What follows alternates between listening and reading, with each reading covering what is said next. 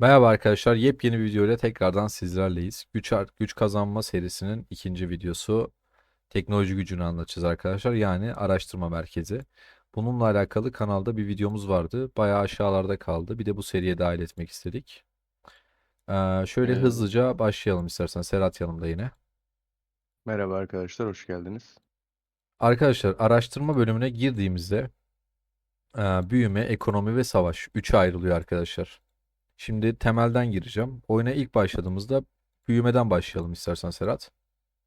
Ee, Arkadaşlar zaten oyunun başında bu süreler çok uzun değil. İlk başta zaten büyümeden başlayıp burada inşaat hızı, araştırma hızı, bu alet kullanma mesela bize inşaat hızı veriyor. Alet geliştirme bize araştırma hızı veriyor.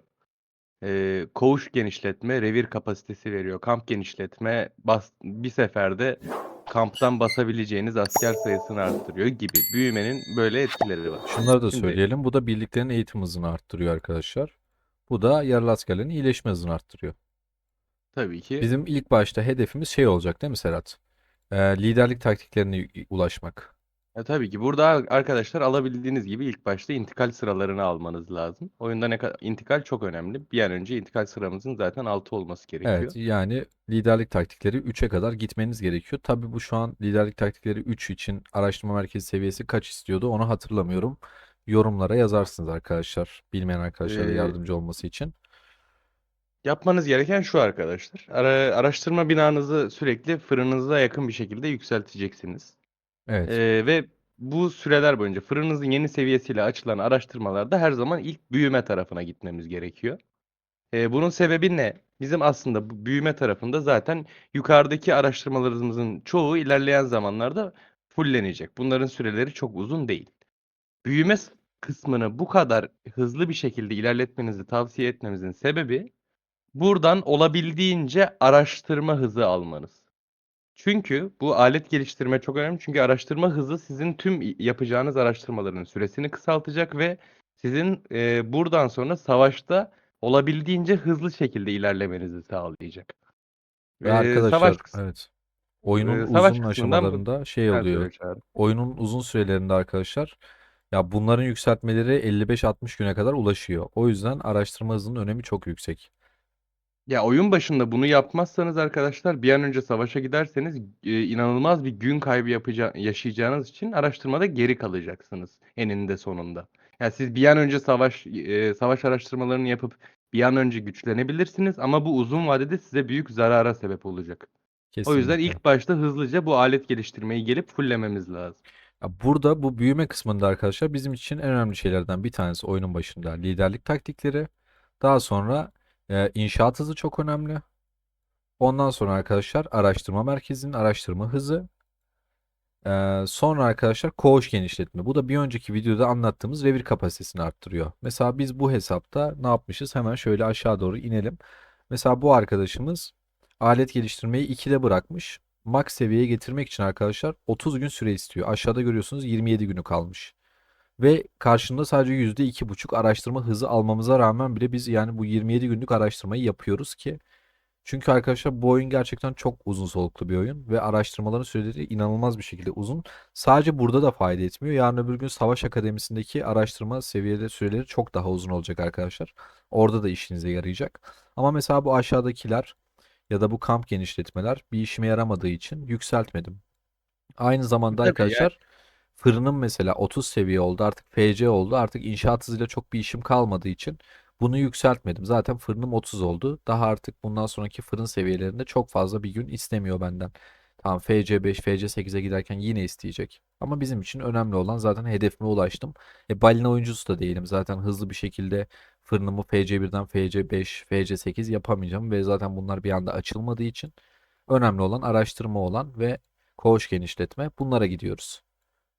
Arkadaşlar sadece 2,5 dedik ama bu %2,5 bile o kadar büyük bir istatistik ki aslında. Yani bu sadece %2,5 mesela sizin 200 günlük bir araştırmanızı 190 günlere falan indirecek. Yani bu sizin ne kadar hızlandırma kurtaracağınızı anlatmaya çalışıyoruz burada. Bu yüzden bu Kesinlikle. kadar çok önemli. Ve videonun başındayken hemen şunu da söyleyeyim arkadaşlar. Videoyu beğenip yorum yaparsanız çok sevinirim. Aslında bunu söylemeyecektim. Şimdi asıl söyleyeceğim şeyi söyleyeyim. Genel hızlandırmalarımızı arkadaşlar fırın 30 seviye olana kadar fırına kullanıyoruz ve inşaat hızımızı. Daha sonradan arkadaşlar araştırma hızı ve genel hızlandırmaları sadece araştırma merkezinde kullanacağız. Ama ne zaman kullanacağız? Sadece ikinci başkanlığı aldığımız zaman. İkinci başkanlık ne oluyor Serhat?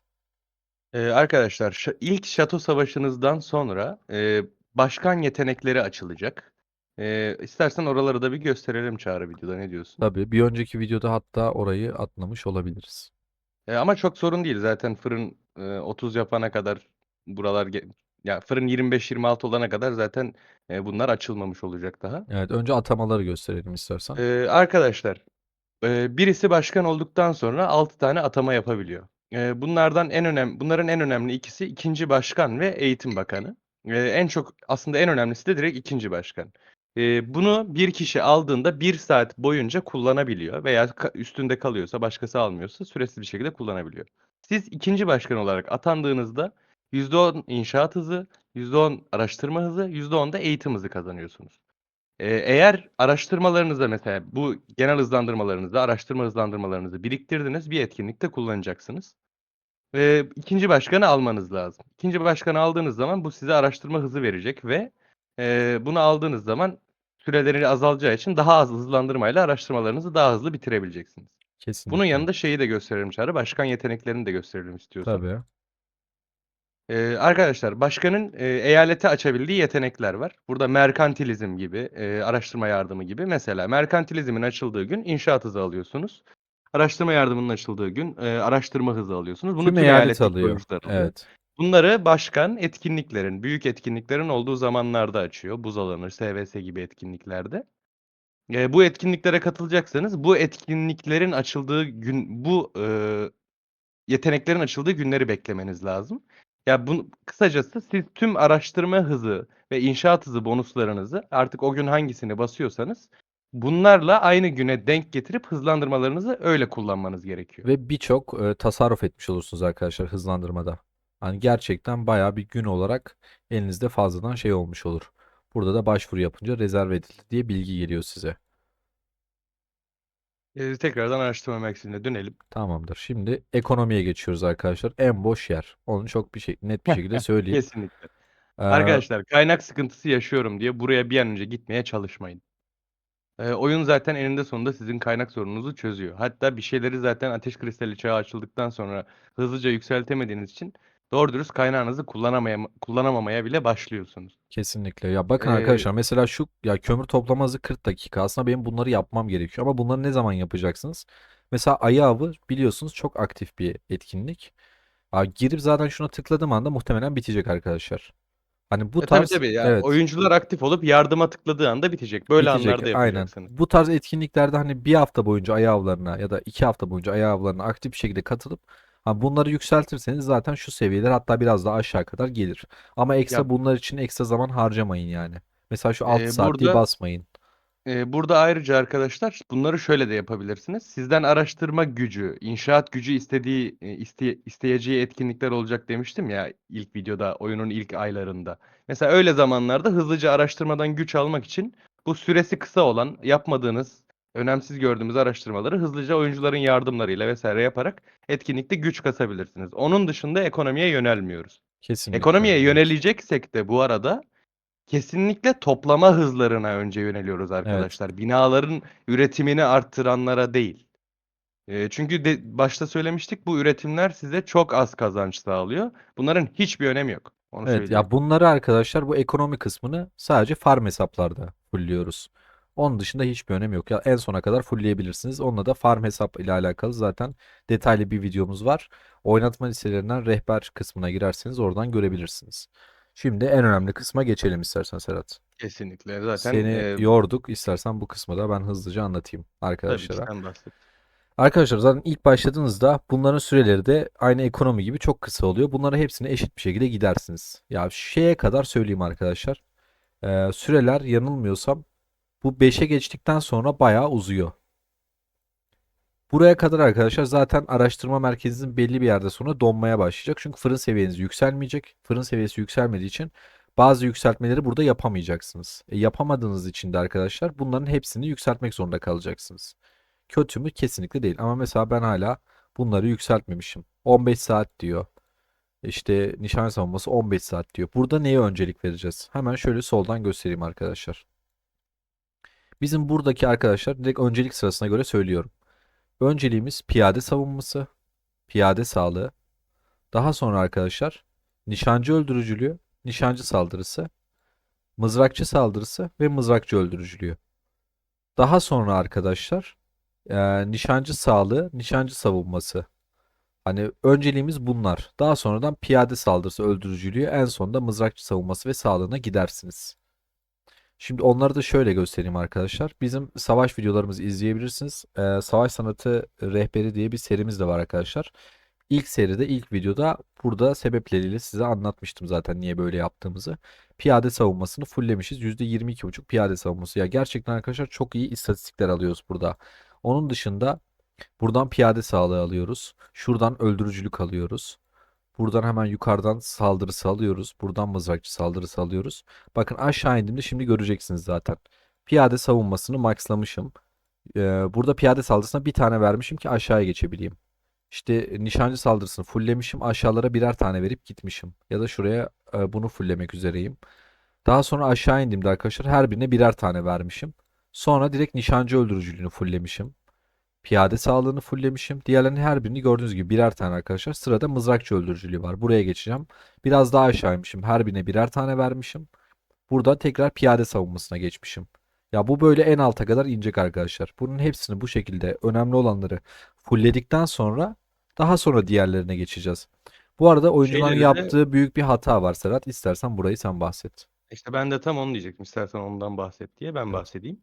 Arkadaşlar bu gösterdiğimiz üçlü sıralardaki doğru istatistik veren araştırmaları yapıyoruz. Evet ama mesela bu alay genişletme, birlik kapasitesi. Arkadaşlar sizin tekrar açarsan Çağrı, sizin birlik kapasiteniz sadece sizin intikal kapasitenizi ve e, seferberlik kapasitenizi arttırıyor. Yani bunun vereceği buff sizin savunmada hiçbir işinize yaramayacak. Sizin buna ihtiyacınız yok. Bunu da şöyle söyleyelim. Arkadaşlar daha iyi istatistiği olan bir adam. Mesela siz 150 bin asker gönderebiliyorsunuz. O 130 bin gönderebiliyor. Sizin istatistikleriniz daha iyiyse daha fazla olan askeri siz kesersiniz. Önemli olan burada asker kapasiteniz değil, doğru istatistiğinizin yüksek olması. Kesinlikle. Önemli olan arkadaşlar Dolayısıyla buradaki istatistikler.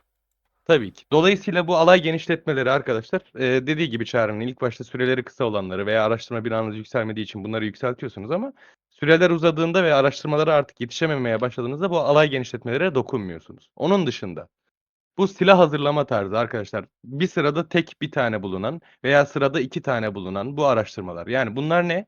Tüm birliklere aynı bonusu veren araştırmalar. Sizin tüm birliklere buradan süresini de gösterebilir misin Çağrı istiyorsan? Ha mesela arkadaşlar tüm bir süresi 3 gün. 3 gün 20 saat neredeyse 4 gün. Sizin 4 günlük bir araştırmada tüm birliklere %2 savunma almanız yeterince değerli değil. Bu bir kazanç değil, bir kayıp. Evet, onun yerine Eee, piyadeninkini direkt yükseltirsiniz. Çünkü asıl savunmamız piyadeden geliyor. Kesinlikle yani buradan mızrakçı ve nişancıya aldığınız savunma size çok büyük bir kazanç sağlamayacak. Hatta mızrakçıya aldığınız savunma neredeyse kazanç sağlamayacak. Onun Eee dışında Şu burada da ikili buff'ları da gösterelim Çağrı istersen. Bu tekliler saldırı ve savunma veriyor tüm birliklere dediğimiz gibi. Onları zaten önermiyoruz. Sağda solda iki tane olanlardan açar mısın Çağrı? tabii bir saniye. Ha, mesela hayatta kalma teknikleri vesaire. Bu da tüm birliklere öldürücülük ve diğeri de tüm birliklere sağlık veriyor. Yine aynı şekilde arkadaşlar. Tüm birliklere verenlerin miktarı az ve doğru istatistiği bize vermediği için, hepsine verdiği için bunları yapmanızı önermiyoruz süreler uzadığında. Kesinlikle. Savaş kısmında söyleyeceğimiz çok bir şey kaldı mı Çağrı istiyorsan? Bir göz gezdirelim tekrar. Yani yok. Anlatmamız gereken her şeyi anlattık. Eksik bir Ama şey dediğimiz gibi olursa arkadaşlar, yani önceliğimiz büyümeye gidip bunların sürelerini bir an önce kısaltmak. kesinlikle Çünkü oyundaki bu arada araştırmalar arasında da arkadaşlar en uzun süreler savaş kısmında olacak. O konuda da bilginiz olsun. evet, o yüzden arkadaşlar genel hızlandırmaları da kesinlikle buraya kullanmaya çalışıyoruz ve doğru zamanda ve doğru yerde kullanmaya çalışıyoruz. Siz de buna dikkat ederseniz hızlı ve daha doğru bir şekilde gelişmiş olursunuz. Zaten bizim de amacımız size bunu sağlamak. Umarım Şeyi de videolar, evet, söyleyelim Çağrı istiyorsan. Arkadaşlar biz size güç kazandırmaya çalışıyoruz bu seride ama Mesela siz burada şey diyebilirsiniz. Ben süresi kısa olan tüm araştırmaları yaparsam daha hızlı güç kazanırım. Ama önemli olan burada sizin toplamda kazanacağınız sayı olarak size gelen güç değil arkadaşlar. Önemli Tabii. olan sizin burada doğru istatistiği kazanıp güçlü bir savunma ve güçlü bir saldırı yapabiliyor olmanız. Kesinlikle. Yoksa direkt ben nasıl çok fazla güç kazanabilirim diyorsanız arkadaşlar tüm hızlandırmalarınızla asker basın. Gerçekten çok fazla güç kazanırsınız. Ama savaş videolarımızı açın. 100 bin askerle 1,5 milyon askerin nasıl kestiğini görürsünüz zaten. Hiçbir anlam ifade etmediğinde orada askerini göreceksiniz. Önemli olan her zaman sizin istatistikleriniz. Hani Tabii güç ki. kazanıyorsanız da doğru bir şekilde kazanın arkadaşlar. Ve güçlü bir şekilde, güçlü bir hesaba sahip olun. Biz size bunu sağlamaya çalışıyoruz. Umarım faydalı oluyordur içerikler. Ekleyeceğimiz bir şey yoksa çok fazla uzatmayalım. Bu serinin 3. videosuna geçelim arkadaşlar. Onu da muhtemelen birkaç gün içinde yayınlarız. İzlediğiniz için çok teşekkürler. Eğer videolar hoşunuza gidiyorsa size destek olmak için videoyu beğenip yorum yaparsanız seviniriz. Serhat'a da tekrardan teşekkür ederim. Ben teşekkür ederim arkadaşlar. Kendinize iyi bakın. Görüşmek üzere.